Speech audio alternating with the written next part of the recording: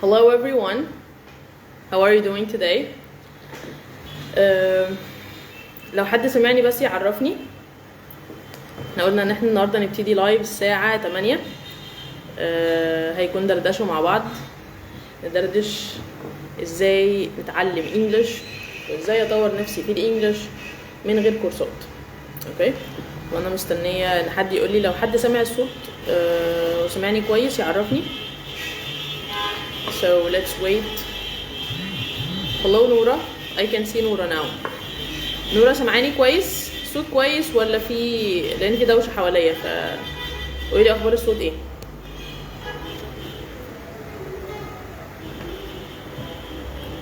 هو انا عندي مشكلة ان انا ما بقتش ببقى عارفة مين اللي بيشوفني، يعني انا مش عارفة المشكلة دي عند كل الناس ولا انا بس.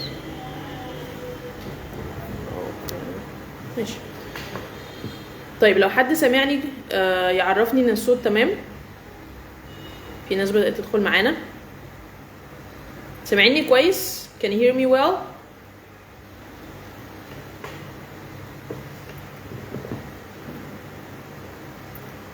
اهلا اهلا. طيب منار سمعاني كويس يا منار؟ الصوت تمام؟ Yes, okay, that's great. طيب خلينا ننتظر شوية كده لحد ما الناس تدخل. نهلة حسين هاي نورهان فويس بيرفكت. أسامة تمام كله تمام. طيب ازيكم عاملين ايه؟ وحشتوني كلكم. اخر مرة طلعت لايف تقريبا كان الاسبوع اللي فات. اخر لايف كان مع كيث. انا طلعت لايف كتير الشهر ده وانا مش بحب اصلا اطلع لايف كتير، بس خير يعني. اوكي، النهارده ان شاء الله اللايف عن ازاي نتعلم انجلش او ازاي نطور مستوانا في الانجليش من غير كورسات. يعني سواء انت بتاخد كورس او سواء عايز تذاكر لوحدك ازاي تعمل ده. طيب خلينا نستنى شويه. طيب لحد ما الناس تدخل ممكن كل واحد عنده سؤال عايز يسالني سؤال معين يكتبه.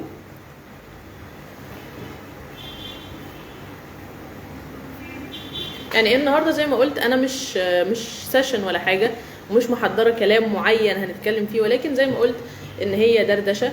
هندردش مع بعض ازاي نتعلم انجلش، ازاي نطور من مستوانا. وزي ما قلت هو السؤال ده اتسالته كتير قبل كده حقيقي يعني. طبعا خاصه بقى بعد الحوار الكبير بتاع اخر لايف اللي هو لما كيث قال لي انت باند 9 وبعض الناس قالت لا مفيش باند 9، او هو ما قصدش باند 9، هو بس الكلام كان out of encouragement او out of exaggeration او يعني حاجات زي كده يعني، او الراجل بيشجعني يعني. فطبعا بغض النظر بقى عن كل واحد شايف ايه، طبعا المعروف عن البريتش بيبل ان هم مش بيتعاملوا زينا، مش بيأفوروا ولا بيشجعوا بالطريقه دي. ولكن انا برضو يعني من النوع اللي ما بحبش اسمع كتير طالما ما فيش قدامي constructive feedback، فما فيش حاجه فادتني ولا كاني سمعت حاجه. بس anyways في ناس شايفه ان انا الانجليش بتاعي حلو وعايزين يعرفوا انا ازاي اتعلمت انجليش وهم ازاي يتعلموا انجليش. فمنار بتقول عايزين الخطوات من البدايه. ماشي يا منار. طيب لو في حد عاوز يسالني اي سؤال برضو يكتب لي وانا هجاوب، لان زي ما قلت هي دردشه عموما يعني مش سيشن. مش جايه اديكوا سيشن ولا اي حاجه، احنا بندردش مع بعض واللي عاوز يقول حاجه يقولها ويعني بنتكلم مع بعض. طيب first of all طبعا في ناس كتير متخيلين اللي هو انا عشان اكون جامد في الانجليش فلازم اكون متخرج من basically بقى من المدرسه، لازم اكون مدرسه لغات او مدرسه دوليه، او حتى لازم اكون برضو متخرج من كليه في التخصص اللي هو الانجليش. طيب خلينا احكي لكم كده. يعني كان في حد كان كاتب لي على بوست اللي هي تقريبا خلود، كانت قالت لي يعني يا ريت تحكي لنا قصه حياتك. كده مش جايه احكي قصه حياتي يعني، بس جايه يمكن اول حاجه ممكن تكون ملهمه لبعض الناس يعني. انا ما اتخرجتش من مدرسه ولا لغات ولا دوليه ولا اي حاجه. اتخرجت من مدرسه حكومي عادي، كنت ازهر. اتخرجت من ازهر ولا تجريبي ولا اي حاجه، ازهر العادي العام يعني. وكان الانجليزي بتاعي عادي جدا. كنت يعني الحمد لله متميزه في الانجليش، لان الانجليش انا كنت بحب الانجليش جدا واللغات عموما، بس الانجليش بشكل خاص، وكنت بجيب دايما فيه درجات نهائيه يعني. فكنت بحب الانجليش حقيقي، وكان هدفي ان انا عايزه ادخل لغات وترجمه، يعني لغات وترجمه مفيش اي حاجه تانية. حد يقول لي عايز تدخلي ادبي ولا علمي؟ ادبي عشان عايزه لغات وترجمه، هي ملاش حل تاني، لان العلمي بيبقى عايز مجموع اعلى، فانا طالما عارفه هدفي فانا اختصر الطريق. ماشي يا اسماء، هقول لما اخلص. فكان هدفي ان انا عايزه ادخل لغات وترجمه لان انا بحب اللغات، ولا عمري فكرت بقى في طب ولا هندسه ولا اي حاجه من الحاجات دي، يعني ده هدفي من وانا يمكن في ابتدائي كمان. المهم ده الحمد لله دخلت لغات وترجمه. وبرضه عشان نرد على حته الناس بتقول ان لغات وترجمه هل هي السبب ان بتخلي الناس مستواهم حلو، لان في ناس كتير متخرجين من لغات وترجمه مستواهم حلو، وفي ناس بتقول لا هو لغات وترجمه مش هي الفكره فيها، لان الناس اشتغلت على نفسها. خلينا نقول لما انت بتكون في كوميونتي كله اللايف بيقطع.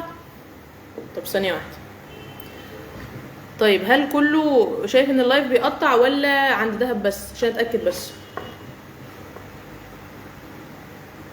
اللايف بيقطع عندكم كلكم ولا تمام؟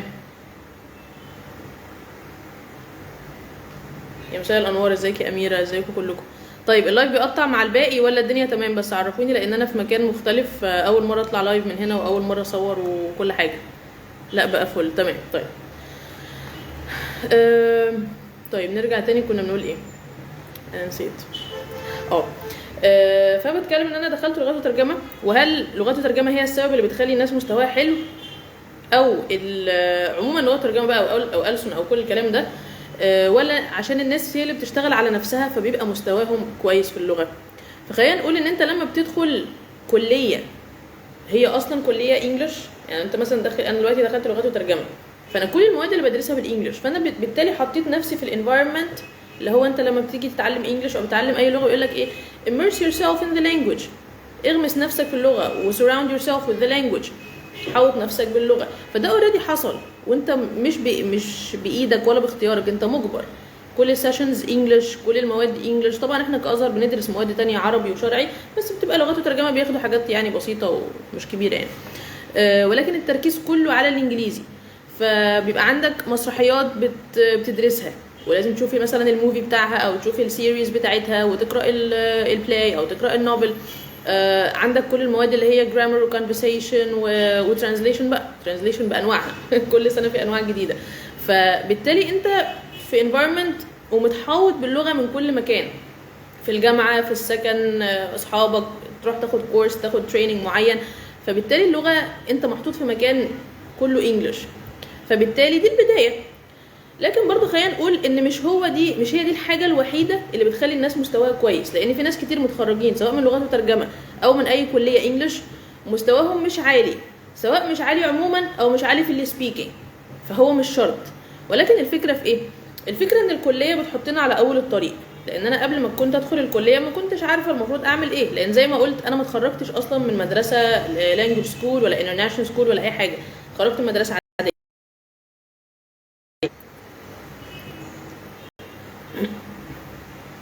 Can you hear me now؟ هو بس جالي مكالمه ف it's fine. طيب فزي ما قلنا ان دي هي البدايه ان انت حطيت نفسك في المجتمع اللي كله الناس بتتكلم بالانجلش. الناس بقى اللي معاك في المدرسه، في الجامعه او في السكن، كل واحد بقى عاوز يطور من نفسه في اللغه، فبنبتدي بقى ان احنا نتكلم مع بعض بالانجلش، ونحاول ان احنا نتكلم بالانجلش. طبعا دي حاجه ما كانتش بالنسبه لنا موجوده قبل الجامعه يعني. فبالتالي ما انت حطيت نفسك في المجتمع ده، فدي بدايتك. بعد كده بقى كل واحد بيختار الطريق اللي هو عايز يكمل فيه. في ناس بتبقى داخله الكليه وعايزه تجتهد فيها جدا، وكل واحد ليه اهداف، سواء انا عايزه ادخل بقى واجتهد في الكليه عشان ابقى من اوائل الدفعه، او عاوز الانجليش بتاعي فعلا يكون كويس عشان سوق العمل. كل واحد بيكون ليه الهدف بتاعه. وفي حد دماغه في الطراوه بقى، اللي هو انا داخل اصلا عشان يعني خلاص ده المجموع اللي جالي ودي الكليه اللي جات لي وخلاص. فكل واحد بيكون ليه هدف مختلف، فانا ما اقدرش ان انا اخد قاعده وامشي عليها مع كل الناس، تمام؟ بس خلينا اتكلم مع نفسي، يعني اتكلم عن نفسي، عن حالتي انا. لما دخلت الكليه كانت الكليه دي هي طموحي، يعني من وانا في ابتدائي انا عايزه ادخل لغات وترجمه، الحاجه اللي بحبها الانجليزي او اللغات عموما. فبالتالي لما دخلتها كنت حاطه في دماغي ان انا اولا طبعا قبل ما اعرف بقى كتير بقى عن سوق العمل والشغل والكلام ده كله، فانا كنت الحمد لله يعني من النوع الدحيح شويه، يعني اللي هو الناس تقول بقى دحيحه وبتاع، بس يعني كنت الحمد لله دايما بطلع الاولى. فما دخلت الكليه برضو الحمد لله طلعت الاولى في اول سنه وتاني سنه وثالث سنه تقريبا، يعني الاولى او الثانيه انا مش فاكره بالظبط. لحد بقى بعد كده بدات ان انا اركز. تمام يا استاذ هيثم، ربنا يوفقك. بعد كده بدات بقى ادخل في سوق العمل، فبدات ان انا انشغل بقى شويه عن الدراسه، وما بقاش الهدف الوحيد ان انا لازم ابقى الاولى وابقى من اوائل الدفعه. لقيت ان بعد ما ابقى من اوائل الدفعه او الاولى على الدفعه ايه اللي هيحصل؟ ولا اي حاجه. وده الحال اللي احنا يعني لما كبرنا وتخرجنا عرفناه وفهمناه، يعني مش هو ده الهدف ان انا لازم ابقى الاول ولا الثاني ولا العاشر. لما تخرج سوق العمل، سوق العمل مختلف. فلما بدات ادخل في سوق العمل الموضوع اختلف. بدات بقى ان انا اشتغل وادي كورسز انجلش وهكذا. طيب خلينا بقى نتكلم عن حته ازاي اتعلمت الانجليزي وانا اصلا متخرجه من مدرسه مش لغات ولا اي حاجه. خلينا اكلمكم عن الموضوع ده، وفي ناس معايا شايفاهم في لغات وترجمه حاضرين معايا دلوقتي، خليهم برضو يقولوا لي كده احساسكم ايه. انا فاكره نفسي في اول اسبوع دخلت الكليه، طبعا بتبقى الصدمه الحضاريه اللي هو انت داخل، انت مش كليه، مش مدرسه لغات ولا انترناشونال ولا اي حاجه خالص، مدرسه عاديه. دخلت لقيت الدكاتره معظمهم بيتكلموا بالانجليزي، طبعا مش كلهم، في وفي يعني، بس في دكاتره اللي هو بيتكلم بالانجليزي طول الوقت وانت مش فاهم اي حاجه في اي حاجه. يعني عايزين يا جماعه احنا ما سمعناش انجلش بالشكل ده قبل كده. فهو طبعا النظريه الصح طبعا يعني اللي هو انت لازم يعملوا كده علشان تبتدي تتعود، بس بتبقى صدمه في الاول. طبعا جيت اول اسبوع بعد ما قلت كنت بلهاء اسماء صابر، والله بجد الواحد بيحس ان هو عبيط جدا، انا مش وخايف وتايه، انا مش عارفه انا بعمل ايه هنا. جيت اول اسبوع اللي هو انا عايزه امشي، هو صحيح ده كان هدفي، بس اكتشفت ان واضح ان الموضوع ده مش نافع، فانا لازم امشي، لازم احول باي طريقه. وناس كتير بقى ناس كتير عاجبهم الكلام ده. ناس كتير بقى بيبقى عندهم نفس الفكره، اللي هو كل الدكاتره بيتكلموا بالانجليزي ومفيش حد بيرحم، بجد اللي هو تحس ان مفيش رحمه ابدا واحنا مش فاهمين اي حاجه في اي حاجه. فناس كتير بيبقى عندهم الفكره دي، انا عايزه احول من الكليه، الموضوع ده مش نافع. بس طبعا بعد كده لما تيجي بقى تسمع الناس الاكبر منك، لا ودي اول سنه وبكره تتعود وواحده واحده تفهمه، فبدات احط في دماغي اللي هو ما انا كمان عايزه بقى افهم الناس دي. وطبعا لقيت ان في بعض الناس اللي كانوا معايا في الدفعه، كان في ناس مثلا بيكونوا بيسمعوا مثلا سونجز او بيتفرجوا على موفيز من قبل كده، فهم بيفهموا حاجات في الليسننج او في الكونفرسيشن سيشنز ما كنتش دايما بلقطها. فقلت المشكله في ايه؟ انا مش عارفه بجد المشكله جايه منين. المهم عدينا اول سنه الحمد لله، طلعت الاولى واجتهدت وذاكرت، يعني تعبت قوي بجد في السنه دي، وكنت بحب الانجليش وبحب الترجمه. بس هدف اشتغل في الكليه، والله بصي اول سنه كان ده هدفي. بعد كده بقى لما كبرت وعرفت ان وبعد ما اشتغلت في الكليه وهاخد كام اصلا لما اشتغل في الكليه، فبقى عندي طموحات مختلفه، ودخلت بقى في سوق العمل وفكست الموضوع ان انا ابقى الاولى او مش الاولى، مش ده الهدف يعني. المهم ان انا عايزه اطلع لسوق العمل بشكل معين. وطبعا كنت عايزه ابقى مترجمه وفي الاخر ما بقتش مترجمه، فدي يعني دي قصه تانية خالص. بس خلينا نرجع للقصه اللي انا بحكي فيها، اللي هي ازاي بقى اشتغلت على الانجليش. عندنا اول سنه طبعا احنا بنبقى في لغات وترجمه عندنا 5 سنين، النظام القديم، النظام الجديد بقى 4 سنين. كان عندنا نظام اللي هو سنه تمهيدي، وبعد كده اولى وثانيه وثالثه ورابعه. عديت تمهيدي واجتهدت وذاكرت وعملت اللي عليا والحمد لله. بس جيت بقى في الاجازه قلت لا، انا مش نافع خالص ان انا اكمل بالشكل ده. هو حلو وكل حاجه، ولكن انا عايزه اوصل لمستوى اعلى من كده. انا عايزه اكون فلوينت واتكلم يعني مع الدكاتره زي ما هم بيكلمونا، يعني انا لازم اوصل لمستوى اعلى من كده. فطبعا بدات اخد من خبرات الناس اللي حواليا، والحمد لله يعني ربنا كان رزقني بسكن مع ناس مش عارفه في حد منهم دلوقتي ولا لا. بجد والله العظيم من الناس اللي ليهم فضل عليا كبير في الحته دي، ان هم كانوا بيفيدوا الواحد، كانوا كلهم اكبر مني بسنه وبيحبوا يفيدوا ويحبوا يقول لك اعمل كذا، ونورهان انت شاطره، انت ممكن تطلعي الاولى، اجتهدي واعملي كذا. بجد والله العظيم فعلا هم اللي كانوا شايفين ان انا ممكن اطلع الاولى او ان انا شاطره فعلا، وانا ما كنتش عارفه الدنيا ماشيه ازاي، لان كنت لسه في اول سنه وبلح يعني مش فاهمه اي حاجه. بس بجد من الناس اللي يعني مش عارفه هم معايا ولا لا يعني دلوقتي، بس عايزه اشكرهم عموما. فكانوا بقى بيدوني ماتيريال ويدلوني على مواقع، او مش عارفه ساعتها كان في يوتيوب ولا والله يا جماعه، يعني انا مش قديمه قوي يعني، بس كنت عموما بشوف ويب سايتس، وكنت بنزل بودكاست بقى على اللاب وكده، او على الموبايل واقعد اسمعها وفيديوز اتفرج عليها وكده. المهم جمعت مجموعه كبيره جدا جدا جدا من الماتيريال، وعرفت بقى اسماء ويب سايتس ومش عارفه ايه وحاجات زي كده. وجيت لاجازه اخر السنه اللي هم ال3 شهور، قلت ال3 شهور دول مش هيعدوا الا لما اوصل لحاجه. طبعا كنت فاكره ان انا لازم اخد كورس الاول، ما هو يعني الناس بتتعلم ازاي انجليزي بياخدوا كورس. فطبعا انا من بورسعيد، وجيت قدمت هنا في مكان تقريبا في مكتبه مصر العامه اللي هي كانت زمان اسمها مكتبه مبارك. المهم طلع ان انا مستواي عالي، انا مش فاكره كان مستواي يعني B1 ولا B2، انا مش عارفه والله. المهم قالوا لي انت مستواكي عالي، فالمستوى ده دلوقتي ما فيهوش يعني طبعا العادي ان انت لما يكون في ادفانسد ليفل فبيبقى الطلبه فيه اقل من البيجنر والانترميديت، ده العادي تمام. فانا مش فاكره والله قالوا لي مستواي ايه بالظبط. المهم ان مفيش اعداد كبيره، فقالوا لي هتستني شويه. المهم قعدت استنى لحد ما الاجازه خلصت ورحت الكليه السنه اللي بعدها وبعدها افتكروا يكلموني. فطبعا انا ما قعدتش بقى الوقت ده ضيعه، قلت ان انا لازم بقى اذاكر مع نفسي.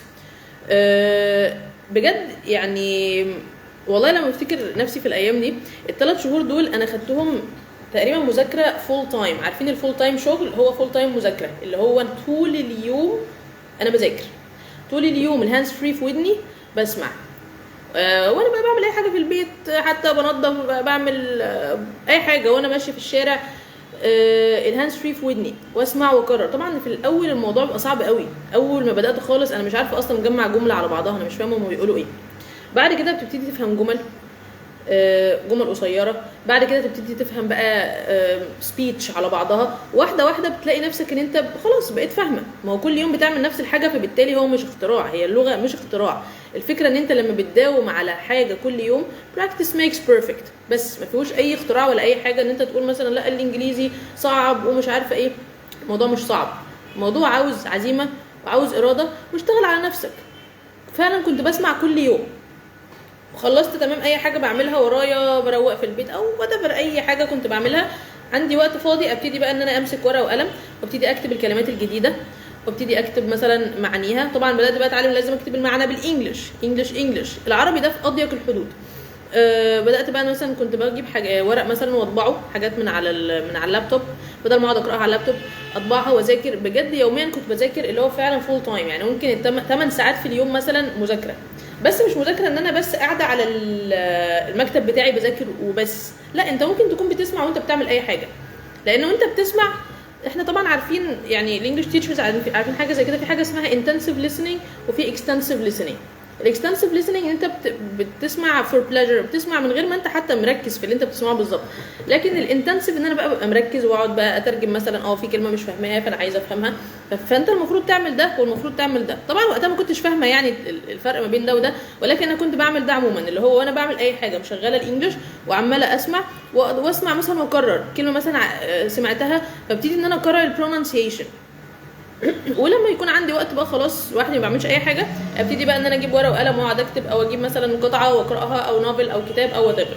تمام. برضو حاجه في موضوع البرونانسيشن، لما احنا بنيجي نسمع، انا النطق بتاعي بيتحسن ازاي؟ النطق بيتحسن لما انت بتكرر. بالتالي انا كنت بكرر، اسمع الجمله واكررها، كلمه واكررها وجمله واكررها، وجمله واوقف واكرر وجمله واوقف واكرر، وبالتالي البرونانسيشن بتاعي يتحسن. لكن البرونانسيشن عمره ما يتحسن لو انا بسمع وخلاص، مش هيتحسن. يتحسن ازاي؟ وانت لازم تسمع وتكرر وتسمع وتكرر وهكذا. بعدها برضو بدات ان انا اتكلم مع اجانب. برضو لما كنا في القاهره كان في اجانب برضو بنقابلهم نتكلم معاهم وحاجات زي كده. برضو الموضوع ده بيكون مهم ان انت يكون ليك بارتنرز، وبجد اتعلمت منهم كتير. اللي هو مثلا انت تقول حاجه ويقول لك لا هي ما بتقالش كده، او مثلا ليها طريقه تانية او ليها نطق تاني وهكذا. فده برضو بيكون موضوع حلو يعني. بس طيب خلينا نشوف الناس كاتبه ايه. حضرتك عاوزين اسئله تمهيدي وتحضير الايلتس؟ يعني ايه اسئله تمهيدي وتحضير الايلتس؟ انا مش فاهمه السؤال بالظبط. ايه المواقع اللي تساعد الواحد يكون فلوينت في الكونفرسيشن؟ انا من الحاجات اللي انا بحبها، من اللي كنت بحبها وقتها ولحد دلوقتي، كنت بحب قوي فويس اوف امريكا VOA. وكان ليهم بيج على الفيسبوك، وكانوا مش عارفه والله كان ليهم يوم او يومين في الاسبوع بيعملوا كده زي سيشن او مش سيشن، بيفتحوا ان هم بيكونوا مثلا بيبقى بوست مثلا اللي هو ايه، اقول انا دلوقتي موجوده على البوست واي حد عنده اي سؤال انا هرد عليه. فهم كانوا بيعملوا كده، فانا كنت بقى بستنى الوقت دوت واكتب لهم اسئلتي واستفيد برضو من الحاجات اللي هم بيقولوها وكده. كنت بحب قوي اسمع VOA اكتر كمان من BBC، لان انا اول ما بدات كنت بحب قوي الامريكان اكسنت، فعشان كده بحس ان الاكسنت بتاعتي هي مديه اكتر على الامريكان، لان انا كنت في الاول بحب اسمع امريكان بس ما كنتش اصلا بسمع بريتش، ما كنتش بحبه خالص، ما كانش يعني داخل دماغي اول ما بدات اسمع. بس دلوقتي الموضوع قلب، بقيت بحب كمان البي بي سي وفي او اي. هاي نورهان، لا انا كده رجعت من الاول. اخر حاجه كانت ايه؟ ازاي حضرتك نتواصل مع الاجانب؟ والله بصي، طبعا زمان ما كانش متوفر لنا الحاجات اللي موجوده دلوقتي يعني، لكن دلوقتي في ابلكيشنز كتيره. بس طبعا الابلكيشنز بتبقى مشكلتها ان انت لازم تبقي يعني مركزه في اللي انت بتعمليه. في ناس بتدخل تعاكس، في ناس بتدخل تستظرف، يعني فاهمه اللي هو ما بيبقاش برضو المكان سيف قوي. ولكن انت بتحاولي تختاري على قد ما تقدري الناس اللي شبهك يعني، مع ان الموضوع مش بالسهوله دي، ولكن انت ممكن تجربي. ازاي نمهد نفسنا ايش توفل؟ ازاي اخلي في روتين في يومي عشان اطور اللغه، ولما اجي اسمع ايه بالظبط؟ طيب بصوا، هو نفس اللي انا قلته، ان انا مفيش حد بيطور لغته ما بين يوم وليله. انا مش هاجي كده اللي هو انا النهارده عايزه اشتغل على الانجليزي بقى جامد عشان مثلا عندي شغل، او عندي مثلا جوب انترفيو فانا عايزه اتقبل، فانا دلوقتي هشتغل دلوقتي حالا، فانا عايزه مستواي يتحسن دلوقتي حالا. مفيش حاجه اسمها كده. في حاجه اسمها ان انا كل يوم بذاكر. وزي ما انتي قلتي، مين اللي بيقول؟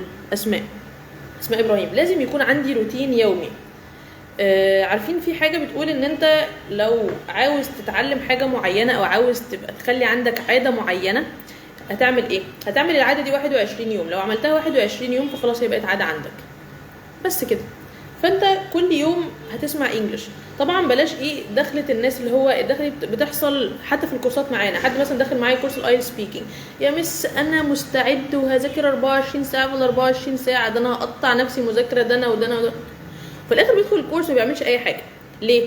علشان بيبقى فيه مش هاي اكسبكتيشنز، بس انا داخل جامد قوي، اللي هو انا هكسر الدنيا.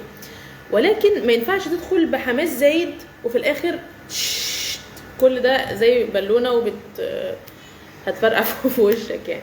فما ينفعش ادخل بالشكل ده على المذاكره او على كورس او وات ايفر. لازم اخدها ستيب باي ستيب. انا النهارده مثلا عايزه ابتدي اذاكر انجليزي، ما ينفعش ان انا اقول انا هقعد النهارده اذاكر 4 ساعات مره واحده كده، 4 ساعات وانا عمري ما ذاكرت قبل كده او مش متعود. لا، النهارده مثلا انا هسمع نص ساعه. عود نفسك على اسبوع لمده نص ساعه. بعد كده عايز تزود، في ناس هتكون محتاجه تزود. لو انت مثلا داخل امتحان ايلتس او محتاج تدخل امتحان توفل، فانت بالتالي اصلا محتاج ان انت تشتغل كتير، وبرده حسب مستواك انت اصلا فين وعاوز تجيب باند ايه او سكور ايه. لكن اللي عايزه اقوله ان البدايه خليها واحده واحده، اللي هو ادومه وان قل. ابتدي النهارده نص ساعه، بكره نص ساعه، بعده نص ساعه، نص ساعه، نص ساعه. بقالك اسبوع مثلا ماشي على نص ساعه وتمام، اوكي. ادخل في الاسبوع اللي بعده عندك وقت وعايز تزود ساعه الا ربع ساعه، اوكي. ولكن لو انت عايز تثبت روتين يومي خليك في نص ساعه، ايه المشكله؟ ومش لازم ان انا ابقى قاعد الوقت ده مخصوص كده للانجليزي ما بعملش اي حاجه. في ناس ممكن تحس الموضوع ممل، هو انا افضل قاعد يعني كده وخلاص؟ لازم ابقى قاعد في المكتب بتاعي او قاعد في وات ايفر المكان اللي قاعد فيه؟ لا، انت بتسمع زي ما قلت.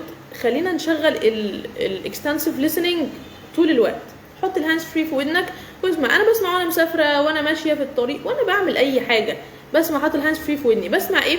بصوا انا عندي بعض الحاجات المفضله مثلا زي البي بي سي وبي او اي، دول بحبهم قوي. وبي بي سي بجد بحبهم جدا. وابلكيشن بي بي سي فيه حاجات كتير مختلفه، يعني هو مش بس مثلا 6 minute انجلش، في كمان حاجه كده عاملين سيريز، دراما سيريز حلوه قوي.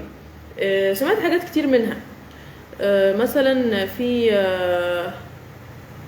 أليس in Wonderlands مثلا. في برضو كذا حاجه كنت سمعتهم من فتره كده. بتبقى مجموعه من يعني هي سيريز كل يوم مثلا حلقه، او انا كنت باخد الحلقات كلها في يوم واحد كده عشان بحب اخلص القصه مره واحده. فبرضو لذيذه قوي. وفي حاجات برضو للبيجنرز، حاجات للانترميد، في حاجات خاصه بالكيدز وحاجات خاصه بالتيتشرز، فالموضوع مفتوح. وبرضو بي او اي برضو في حاجات كتير مختلفه. الناس المهتمه مثلا بيو اس هيستوري مثلا بتلاقي حاجات لذيذه قوي ممكن نسمعها. وطبعا بتبقى في الكلمات الجديده اللي موجوده في كل تكست، سواء انت سمعته او قريته. الكلمات الجديده اللي انت محتاج تعرفها برضو بتبقى موجود ترجمه ليها، طبعا انجلش. طيب دهب بتقول طب ممكن حضرتك تكلمينا عن تجربة الترجمة مع حضرتك بشكل عام، افادتك في الانجليش عموما ازاي لما اشتغلت فيها، او لو هنتبعها يبقى ازاي في الروتين العام وانا بطور الانجليش. بصي انا بصي يا دهب، انا مش عارفه انت متخرجه ولا في الكليه، قولي لي بس انت في الكليه ولا اصلا متخرجه عايز تدخلي سوق يعني مجال الترجمه. لو حد مبتدئ في محادثه بيفهم الكلام بس ما بيعرفش يجاوب. بصوا يا جماعه، الموضوع ده عادي جدا، واي حد بيبتدي لازم بيبقى كده. ما هو انا كنت كده، اول ما بدات اسمع انا مش فاهمه اي حاجه، تمام، بعد كده بدات افهم، طب انا دلوقتي فاهمه بس مش عارفه اتكلم. فهي ستيب باي ستيب. اول حاجه لازم اعملها ان انا اسمع كل يوم، كل يوم تسمع. زي ما قلت ما تسمعش كتير قوي، النهارده اسمع ساعه وساعتين و10 ساعات وبكره ايه مش هعمل حاجه، واسبوع بقى مش هعمل حاجه. لا، ادوم هو انقل. النهارده نص ساعه وبكره نص ساعه وبعده نص ساعه. حتى لو هتبتدي بربع ساعه، ابتدي بس بربع ساعه لمده اسبوع، عود نفسك عليها. بعد كده زود نص ساعه، بعد كده زود ساعه لو انت عندك وقت. لو ما عندكش خلاص ثبت على نص ساعه. حلو قوي، حلو قوي، بس داوم عليها كل يوم بتعملها. ولو عندك وقت بقى ان انت عايز تعمل وقت المذاكره نص ساعه او ساعه تانية، زي ما قلت بقى بيكون وقت intensive listening او reading، او ان انا بقى whatever الحاجه اللي انت عاوز تعملها يعني، او writing او كده. طيب دهب بتقول انا كليه اداب قسم انجليزي وترجمه. طيب بصي يا دهب، الترجمه عموما مفيده جدا، لان انت انا بصراحه ما اعرفش ايه نظام كليه اداب، هل هم زينا ولا لا. بس احنا مثلا كانت عندنا مواد الترجمه بتبقى كل سنه عندك مواد مختلفه، عندك ادسايت، عندك اسلامك، عندك ترجمه ايه تاني، الساينتفك والادبي والاقتصادي والفوري والتحريق والفوري والتتبعي. يعني ده بقى البعبع الكبير بتوع معظم الناس. بس انا كنت بحب الفوري والتتبعي قوي، لان انا من النوع اللي بحب اتكلم، ما بحبش اقعد اكتب، بحب ارغي يعني. فعندنا حاجات كتيره في كل ماده. شوفي بقى بتعملي فيها ايه. بيبقى فيها كلمات بتذاكريها، بيبقى فيها قطع بتترجميها، فبالتالي انت عرفتي الحاجه الانجليش والعربي. بس طبعا فكره الترجمه بتبقى مختلفه عن انا مثلا لما كنت مترجمه، الموضوع مختلف عن ان انا دلوقتي انجليش تيتشر او تيتشر ترينر. ليه؟ لان انا مترجمه، انا لازم ابقى عارفه الحاجه بالعربي وبالانجليزي، لازم عارفها بالاثنين. لكن دلوقتي دماغي بقى المايند سيت بقى متظبط على حاجه في سيتنج تاني، ان انا مش لازم ابقى عارفه العربي اصلا، انا اهم حاجه انا مركزه على الانجليش. فساعات كتير بقف اللي هو انا مش عارفه الحاجه دي بالعربي ايه، لان انا مش مركزه على العربي. لكن المترجم لازم طبعا انت دماغك متظبطه ان انت لازم عارف ده وعارف ده. ازاي اشتغل في مجال الترجمه؟ طيب بصي يا روندا، انا عايزه اقول لك على حاجه. ان انا كنت وانا في اولى، مش في اولى، انا قلت لكم ان احنا كليتنا كانت 5 سنين النظام القديم تمهيدي، وبعد كده سنه اولى كليه. وانا في اولى كليه دي بقى قلت انا عايزه ادخل سوق العمل. يعني انا دايما كده امبيشس قوي وعايزه اعمل كل حاجه، انا لازم ادخل سوق العمل، هتدرب طبعا يعني مش شغل عادي، هاخد تدريب وكده. فبدات ان انا اسال الناس اللي حواليا. وقتها ما كانش في ناس مشجعين ابدا، الناس قالوا بقى انت لسه صغيره وانت يعني لا تشتغلي، واللي متخرجوا اصلا ما اشتغلوش، الكلام اللي احنا بنسمعه دوت، الكلام المحبط ده. بس انا برضو ما حطيتش في دماغي اي حاجه. بدات ان انا اعمل ايه بقى؟ دي في خطه كده لازم تعملها لو انت عاوز تلاقي تدريب او عاوز تلاقي شغل. هو مفيش حد هيبقى قاعد في بيتهم وهيتخيل ان الشغل هيجي له. مفيش حد هيجي يخبط عليك مثلا يقول لك تعالى يا حبيبي عايزينك تشتغل، ومين يعرفك اصلا؟ مفيش حد عارفك. فبالتالي هتعمل ايه؟ طبعا احنا دلوقتي برضو زي ما قلت، احنا دلوقتي في عصر مختلف، كل الدنيا مفتوحه وانت ممكن تلاقي وظايف وانت قاعد في بيتك. لكن وقتها احنا كنا مينلي بنعتمد طبعا على الميلز، يعني الايميلز. لكن دلوقتي كمان السوشيال ميديا بقت مسهله كتير قوي ان انت تلاقي وظايف اصلا من خلال الفيسبوك. لكن كنا بنعمل ايه؟ اول حاجه فعلا عملتها وانا في اولى كليه، انا مش وقتها كان في فيسبوك، كان في فيسبوك بس ما كانش استخدامه بالشكل ده. لكن وقتها كنا بننزل، اللي هو ننزل بنفسنا نروح الاماكن. فقعدت بقى كده على جوجل ودخلت على اليلو بيجز، لان كنت اتعلمت طبعا في معن قبل كده عن موضوع اليلو بيجز بقى والكلام ده، وازاي اوصل لاماكن او مكاتب ترجمه. وبدات ان انا ادخل واشوف اماكن الترجمه او مكاتب الترجمه اللي موجوده في القاهره، وبدات اجيب العناوين وبدات اجيب الارقام والايميلات، وبدات اتواصل معاهم، وتواصلت مع ناس كتير قوي.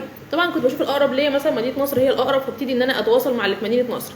اللي رد على التليفون رد تمام بالاجابه او بالرفض، اللي رد على الايميل رد، اللي ما ردش بروح له مكانه. تمام. وده بجد حاجه انت لازم تعملها لو انت في الاول. مفيش حد هيجي بجد يخبط عليك ويقول لك تعالى يا حبيبي اشتغل، بجد محدش عارفك، انت لازم تروح وتعرف نفسك. الحركه دي عملتها كتير واشتغلت بالطريقه دي كتير وانا طالبه، اللي هو مساء الخير انا اسمي نورهان في كليه كذا، كنت لسه طالبه واشتغلت قبل كده في كذا وكذا وكذا، وبعرف اعمل كذا وكذا وكذا، ولو عندكم وظيفه مثلا او انتم محتاجين حد يشتغل معاكم اوكي. واشتغلت فعلا مره انجلش تيتشر بنفس الشكل ده بالصدفه، وانا رايحه مكان اقدم نفسي، هم اصلا كانوا عايزين انجلش تيتشر ومش لاقيين حد كواليفايد، فاشتغلت على طول. ف الموضوع ده مهم ان انت تعمله. طبعا احنا دلوقتي كمان بقينا اسهل، اللي هو انت في ايميلات وفي فيسبوك بيجز وفي كل حاجه، ما هو في لينكد ان وفي اليوتيوب موجود وفي الانستا موجود، كل حاجه تتخيلها قدامك. مفيش حد بجد النهارده في 2022 ممكن يقول لي انا مش لاقي شغل. احنا لقينا في شغل من اكتر من 10 سنين، فاكيد انت تقدر تلاقي شغل دلوقتي. فهي دي الخطه المتبعه. وحتى لحد دلوقتي انت ممكن تعمل ده، لان لما حد بيعمل ده معناه ان هو يعني مش عارفه اقول لها، يعني عارف اللي هو عندك روح المبادره قوي، اللي هو انت الشخصيه دي بتبقى اماكن كتيره بتدور عليها، اللي هو مش واحد قاعد مستني الشغل يجي له، لا ده هو اللي لازم بيدور. فبالتالي الشخصيه دي مختلفه. وطبعا الشخصيه دي بتبقى شخصيه معظم الناس اللي هم مثلا في ستودنت اكتيفيتيز، الانشطه الطلابيه، اللي في بعض الناس شايفه ان هي مش حاجه مهمه قوي في سوق العمل ومش تعلمها كتير عن سوق العمل، لكن هي هتديك مهارات رهيبه بجد. انا بجد موضوع الستودنت اكتيفيتيز فرق معايا تماما. فده بجد حاجه بنصح بيها اي حد لسه في الكليه الحق، وحتى في ناس متخرجين بيروحوا لان هم ما لحقوهاش وهم طلبه. تمام. فبيسكلي يعني ان انا الاقي شغل، اروح الاماكن بنفسي، تمام، لو هي جنبي وحتى لو مش جنبي. يعني النهارده مثلا انا نازل مدينه نصر، مكاتب ترجمه مدينه نصر، النهارده مكاتب ترجمه في الدقي واكتوبر وات، شوف انت ايه المكان اللي جنبك وانزل. طيب صعب عليا شويه او هنزلها بس عايز حل تاني، ايميلات. دور على مكاتب الترجمه في القاهره، وبيبقى في مثلا كده ليست موجوده اصلا على النت، الناس بينزلوها، اللي هو مثلا ابعت الايميلات، ابعت السي في بتاعي الايميلات مره واحده. كنا بنعمل ده، وكان في خطه كده بحب اعملها، اللي هو انا عايزه اشتغل شغلانه معينه وبسالري معين، فبالتالي انا لو قدمت في شغلانه واحده او شغلانتين ماشي، مثلا هتقبل، ممكن ما تقبلش اصلا، ممكن اتقبل وهيبقى بمرتب معين، لكن انا ممكن اقدم في 100 وظيفه. تمام. هل ال 100 وظيفه دول كلهم هيردوا عليا؟ لا طبعا، ممكن كتير ما يعبرنيش اصلا وفي ناس تانية هيكلموني، وفي ناس مش هيكلموني، وهكذا. فلو انا قدمت في 100 ممكن 10 يكلموني، ال10 اللي هيكلموني دول ممكن اكون انترستد مثلا في 5 منهم، ممكن اعمل انترفيو مع بعضهم وما يا اما انا مرتاحش او هم ما يوافقوش او وات ايفر اللي هيحصل. وفي الاخر هتلاقي ان انت عندك جوب اوفرز مثلا في شغلانتين او 3 عاجبني، فبالتالي هقعد احط رجل على رجل واختار، والله ده عاجبني مثلا، ده فلوسه اكتر بس مكانه ابعد، ولا ده فلوسه اقل بس اقرب ليا، وابتدي بقى ان انا افاضل واختار اللي انا عايزه. لكن لما انت بتحط قدامك اختيار واحد بس فمبقاش قدامك غيره، لكن لما انت بتقدم في كتير فهتتقبل في عدد، هتبتدي بقى ايه، تحط رجل على رجل وتختار اللي انت عايزه. تمام. فانت بتفتح نفسك سوق اكبر، ده سواء في شغل او سواء لو انت بتقدم في ستودنت اكتيفيتيز، او لو انت عاوز تاخد تريننج حتى لو انت طالب. يعني اشتغل على العدد الكبير، مش تقدم في 1 و2 وتقول محدش بيكلمني ومش لاقي شغل. تمام. فكره الكورسات الانجليزي هتساعدني فلوس ولا خبره في الاول يا دكتور؟ بصراحه والله بصي، عارفه اللي هو ده، اللي هو طبعا الفرخه غاليه دلوقتي والبيضه غاليه، ودي البيضه ولا الفرخه الموضوع ده صعب. بس في الاول وانت طالبه، يعني بجد نصيحتي للطلبه، الحقوا نفسكم وانتوا طلبه، تمام، عشان بعد ما تتخرج ما تعرفش التزاماتك وحياتك تبقى عامله ازاي. فالحق نفسك دلوقتي، انت دلوقتي عندك وقت وعندك طاقه، لان برضو طاقه العشرينات اللي هو مثلا كنا لسه اقل من 20 غير دلوقتي مثلا انا داخله على 30، فاللي هو الطاقه بتبقى مختلفه، ودايما في طاقه بقى وحماس الشباب وعايزين نكسر الدنيا كلها. فالحقوا نفسكم في الوقت ده واشتغلوا على نفسكم بقى، شغل ومذاكره ودراسه. احنا حرفيا بجد ما كناش بننام، يعني لو كان عندنا ايام مثلا الصبح كليه، بعد الكليه عندي شغل او بروح ستودنت اكتيفيتي، وبنسافر بقى مثلا كنا بنروح من العاشر من رمضان لحد القاهره، وارجع انام واصحى الصبح تاني بدري اعمل مش عارف ايه. فاللي هو احنا فعلا ما كناش بنقعد. طب بصوا انا عندي فرح، فانتوا سامعين الصوت ولا عادي؟ يعني في حفله في الشارع، قولوا لي بس الصوت واصل لكم ولا الدنيا ايه؟ المظاهرات بدأت؟ هي مش مظاهرات، هو واضح ان هو فرح.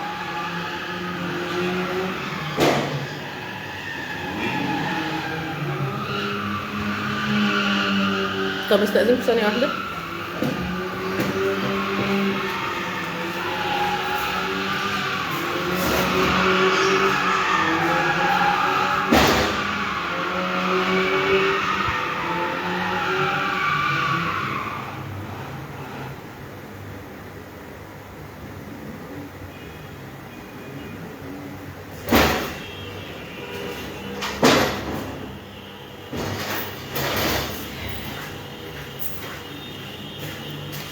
يعني واضح ان الناس بتفرح بس على دماغي يعني، بس مفيش مشكله.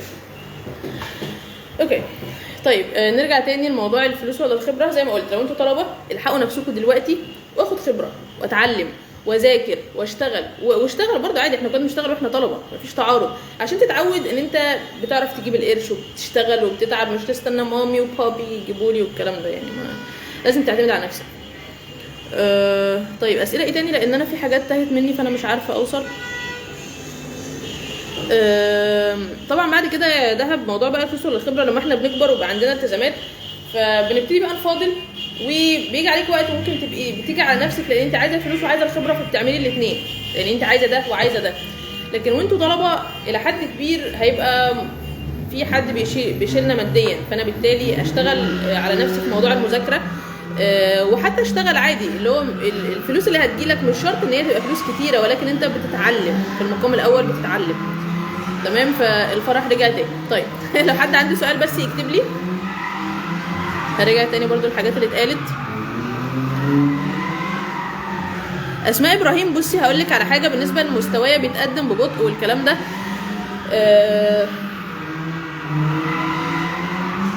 استغفر الله العظيم يا رب.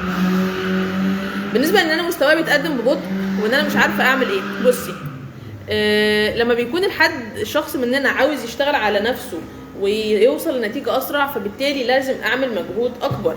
فلو انا بعمل مجهود ساعه في اليوم ممكن اخليهم ساعتين، ممكن اخليهم 3، ممكن اخليهم 4. يعني انا عايزه اقول لك مثلا ان انا لما اشتغلت على نفسي في 3 شهور الاجازه اللي هم بعد اول سنه في الكليه، انا فضلت 3 شهور بجد فول تايم يعني استري، بذاكر اذاكر اذاكر واتكلم مع اجانب وبسمع وبشوف موفيز وسيريز ومش عارف ايه، بشقلب الدنيا. انا عايزه 3 شهور اطلع بحاجه. بعدها الحمد لله بقى في اجازه السنه اللي بعدها بدات ان انا رحت اشتغلت في فودافون يو كي، الحمد لله وصلت لمستوى عالي، وانا نفسي وفي الجامعه بقيت لاقي ان انا مستواي مختلف، بقدر اتكلم وفي طلاقه، مش زي مثلا اول سنه برضو كنت خايفه او كده، لا الموضوع اختلف تماما. ايه حضرتك الكورسات اللي تفيدنا في اللغه وليها مستقبل اكتر؟ انا عمري 28 وعايزه اطور من نفسي في اللغه، انا حاليا تيتشر. طيب بصي، هو عموما الانجليش حاجه تانية عايزه اقولها، ان انا زي ما قلت انا ما خدتش كورسات في الانجليزي في حياتي، يعني دايما كنت كل مره ببقى عايزه اقول اخد كورس، الدنيا ما بتتيسرش. اول مره اللي هو انت مستواكي عالي وهنقعد شويه يعني على ما المجموعه تكتمل. بعد كده فكرت ان انا اخد كورسات في القاهره، بس برضو ما ظبطتش، يعني بعد بقى المسافه عن العاشر من رمضان وكده، فكان الموضوع بيبقى صعب عليا في احيان كتير.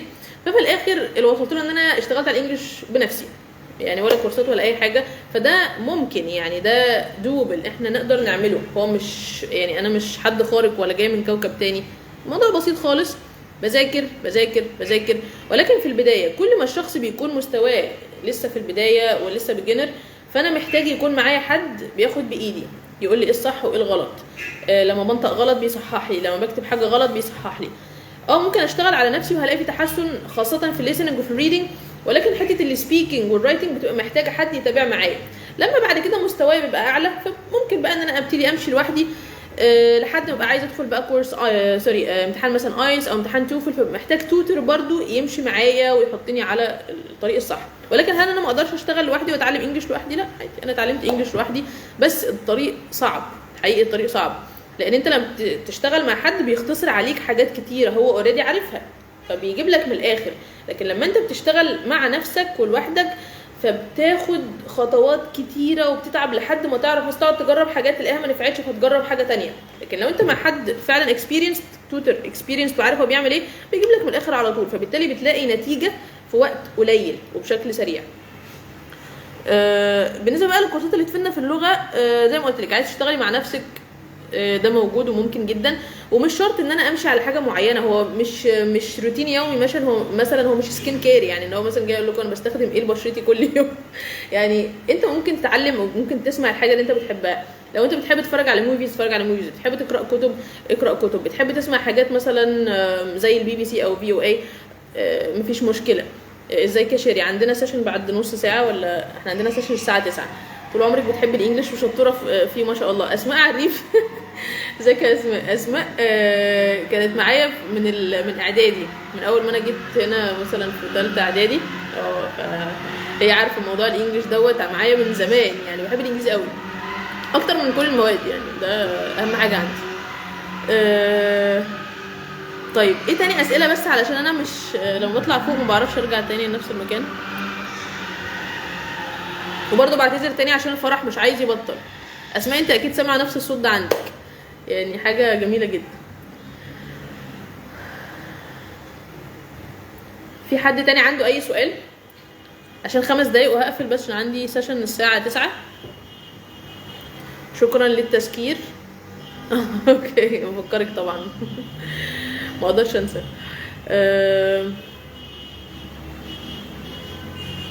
كانت الوحيده اللي شاطره في الفصل. ايوه حقيقي فعلا انا في الانجليزي كنت بحبه قوي انا فاكره في لجنه الانجليزي، يعني انا فاكره ان المستر قفلها علينا عشان ايه، خلاص بقى يعني ما انتوا مش هتعملي اي حاجه في الامتحان ده. ايه الافلام المبتدئه؟ في فيلم حلو كده اسمه Love Comes First. الفيلم ده حلو، الانجليش بتاعه سهل وفي نفس الوقت يعني تقدروا تتفرجوا عليه كفاميلي يعني. ده فيلم حلو. طبعا انا بقى في حاجات مفضله بالنسبه لي ممكن ما تبقاش احسن حاجه لحد مبتدئ، ولكن بحبهم جدا. يعني my favorite novel و my favorite movie Pride and Prejudice. حد درس Pride and Prejudice في الجامعه؟ طبعا انا من ساعه ما درست النوفل دي وانا يعني النوفل دخلت في قلبي. الفرح هيخلص يا مها. طبعا مش هلغي اوكي. تمام. فالنوفل دي دخلت قلبي، ويعني الموفي دوت بتفرج عليه على طول. السيريز بتاعتها برضو ليها 6 حلقات كده، بحب اشوفهم قوي، عندي على اللاب يعني من وقت للتاني كده لازم اتفرج عليهم، بحبهم قوي مهما شفتهم بجد ما بزهقش منهم. الانجليش اللي في السيريز في حاجات كده اولد فاشن شويه، ولكن الموفي مش اولد فاشن فممكن نشوفه، بس مش احسن حاجه لحد مبتدئ، يعني هو مش احسن حاجه. ايه تاني؟ لو احنا لسه في البدايه خلينا نسمع حاجات على ابلكيشنز احسن. لا بس قراءتها جميله. قراءه مين؟ شيرين انت بتتكلمي عن مين؟ بس عشان انا حاسه ان انا تهت.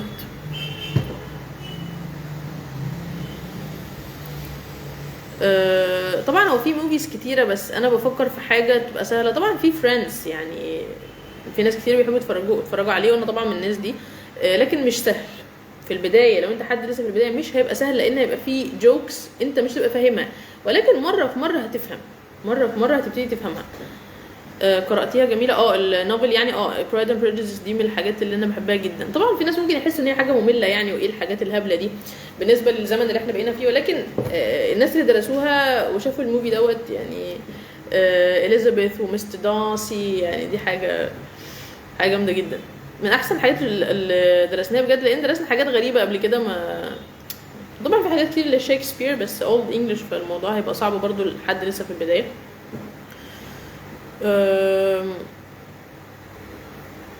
طيب لو حد عنده اي سؤال، عشان انا شويه وهقفل خلاص. لو في اي سؤال حتى انا ما قراتوش بس فكروني تاني، في حاجات ممكن تبقى فوق انا ما شفتهاش اصلا. طيب generally speaking كده، اللي انا عايزه اقوله ان الناس اللي بتقعد تقول ان الانجليزي دوت حاجه صعبه، هي مش حاجه صعبه بجد، يعني زي ما قلت لكم الموضوع مش اختراع ولا اي حاجه، ولكن لازم اواظب. وكل الناس اللي انتوا شايفينهم على الساحه، او الناس اللي انتوا شايفينهم مثلا ان هم الانجليش بتاعهم اتحسن وبقوا جامدين جدا وبقوا انجليش تيتشرز وبيقعدوا يطلعوا يعملوا لكم فيديوز وبتاع ومدهقينكم يعني احنا وكده، معظمنا ما كناش يعني احنا مش مولودين كده، يعني احنا مش مولودين في نيويورك مثلا، احنا مصريين عادي ومش اي حاجه. ولكن الفكره كلها تحط هدفك قدامك وعندك عزيمه وعندك اصرار وبتجتهد. نحط ليميتس ازاي لكثره الماتيريال الموجوده كسيلف ستادي. والله اقول لك على حاجه، موضوع الماتيريال كتير دوت بيتعب اي حد بيذاكر اي حاجه، فعشان نختصرها على نفسنا حدد حاجه معينه انت شايف ان هي حاجه اوثنتيك وحاجه تراستد واشتغل عليها. يعني مثلا لو انا مثلا قبل كده ما كنت بذاكر كورس الدلتا مثلا، ما بحبش اقعد بقى افتح 100 موقع و100 ماتيريال وده مش عارفه قال لي ده في كتاب حلو. بصوا انا هركز معايا كتابين اخلصهم واشوف اللي بعده، لكن مش هقعد افتح كل الكتب وكل الماتيريال والمواقع قدامي وفي الاخر الاقي نفسي ما عملتش اي حاجه. خلصنا الجامعه وقعدنا في البيت وعاوزين نعمل ريكفري، نبدا منين؟ تعالي خدي كورس الايل سبيكينج، هيبتدي بعد اسبوعين يا هاجر. اوكي.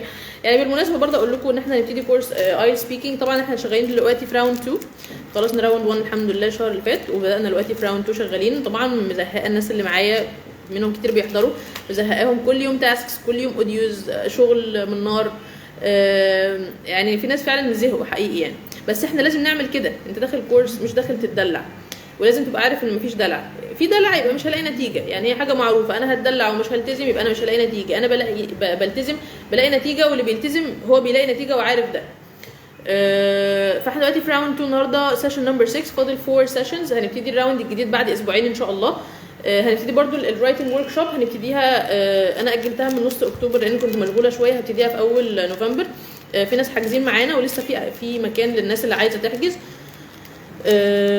عاوزين نعرف تفاصيل الكورسات. طيب روندا ابعتيلي بس علشان محتاجه ان احنا نعمل تيست الاول، وتبعتيلي فويس نوت اعرف مستواكي عشان اعرف انت هتدخلي كورس جنرال. في كورسات جنرال موجوده معانا للمستوى المبتدئ او المتوسط، وفي كورسات بقى للناس اللي عاوزه تدخل ايل سبيكينج.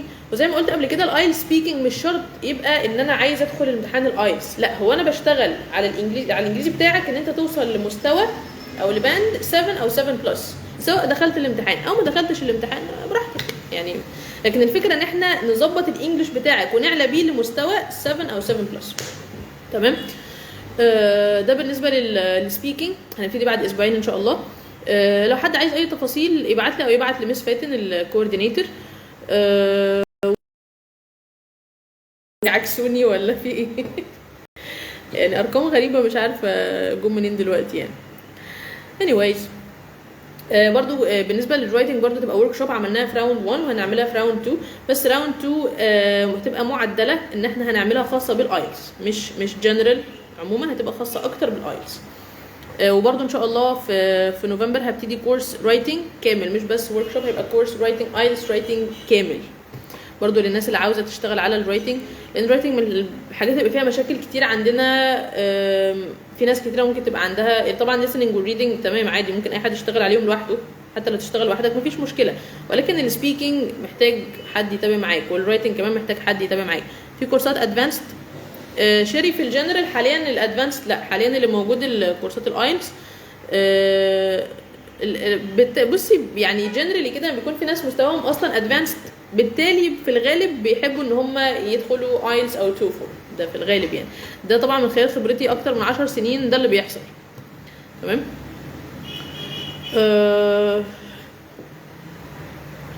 طيب اخر بقى سؤال او اخر حاجه حد عايز يقولها قبل ما نقفل؟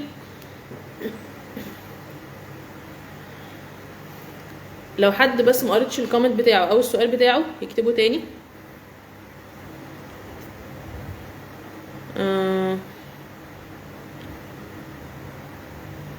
مين تاني قال ايه؟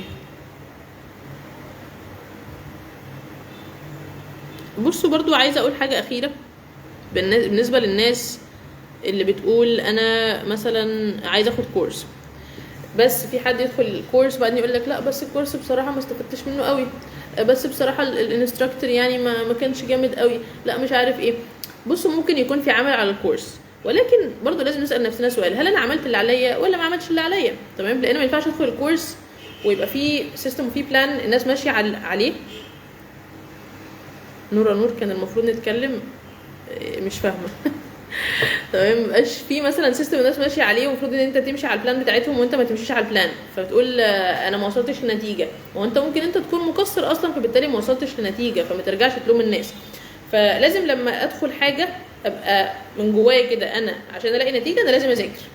لو انت ما ذاكرتش ما تقولش ان الانستراكتور مش عارف ايه او كذا او كذا، يعني لازم يكون من جوايا في التزام فعلا ناحيه المذاكره، ان انا خايف على مصلحتي، لان مفيش حد هيخاف على مصلحتك اكتر منك. تمام. احنا مهما قلنا ومهما فكرناك وذاكر واشتغل واعمل، لو انت من جواك كده مش سيلف دريفن ان انا عاوز اعمل الحاجه دي، مش هتعملها. والله انا لو عملت لك ايه مش هتعملها، انت من جواك مش عاوز. فانت لازم من جواك يبقى عندك الهدف وعندك العزيمه والاصرار ان انت تعمل الحاجه دي. نسيت الامتحانات. نور انا مش فاكره، بعتيلي على الخاص عشان انا مش عارفه ايه الامتحانات. فبعتيلي على الخاص بس. طيب يعني بالتالي كده كفايه عشان ابتدي بقى سيشن الايل سبيكينج.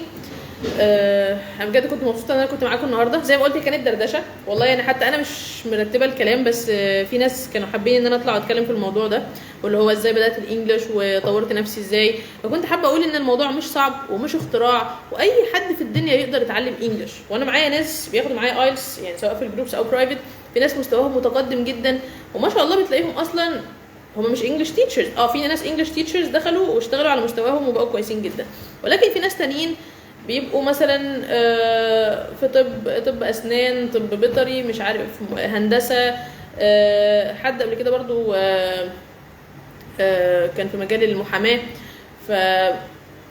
في ناس مش ليها في المجال خالص، ملاش في الانجليزي خالص، وبتشتغل على نفسها لان هي حاطه هدفها قدامها وخلاص، انا عندي هدف وعايزه اوصل له. فمش لازم ان انا اصلا اكون متخرج من كليه انجلش ولا متخرج من لغات وترجمه ولا اداب ولا ألسن ولا تربيه ولا مش عارف ايه علشان يبقى الانجليزي بتاعي جامد. في ناس مستواهم ما شاء الله معدي 7 و7.5 و8 وهم اصلا مش متخرجين من الكليات دي، فالموضوع عادي خالص واي حد يقدر يتعلم اللغه.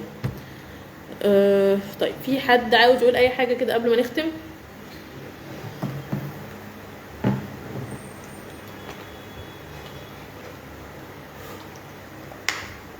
كل الدعم يا دكتور، كل الدعم يا عمر. Okay, thank you guys. I was really happy to have you today. وبحب اطلع اتكلم بالعربي لان طبعا لما بجيب حد اجنبي لازم اقعد اتكلم انجلش طول الوقت، بس بحب اتكلم بالعربي. Okay, thank you so much. استنوني بقى اللايف الجاي، مش عارفه هبقى لوحدي ولا هجيب حد معايا، بس اشوفكم على خير ان شاء الله. يلا باي باي for now.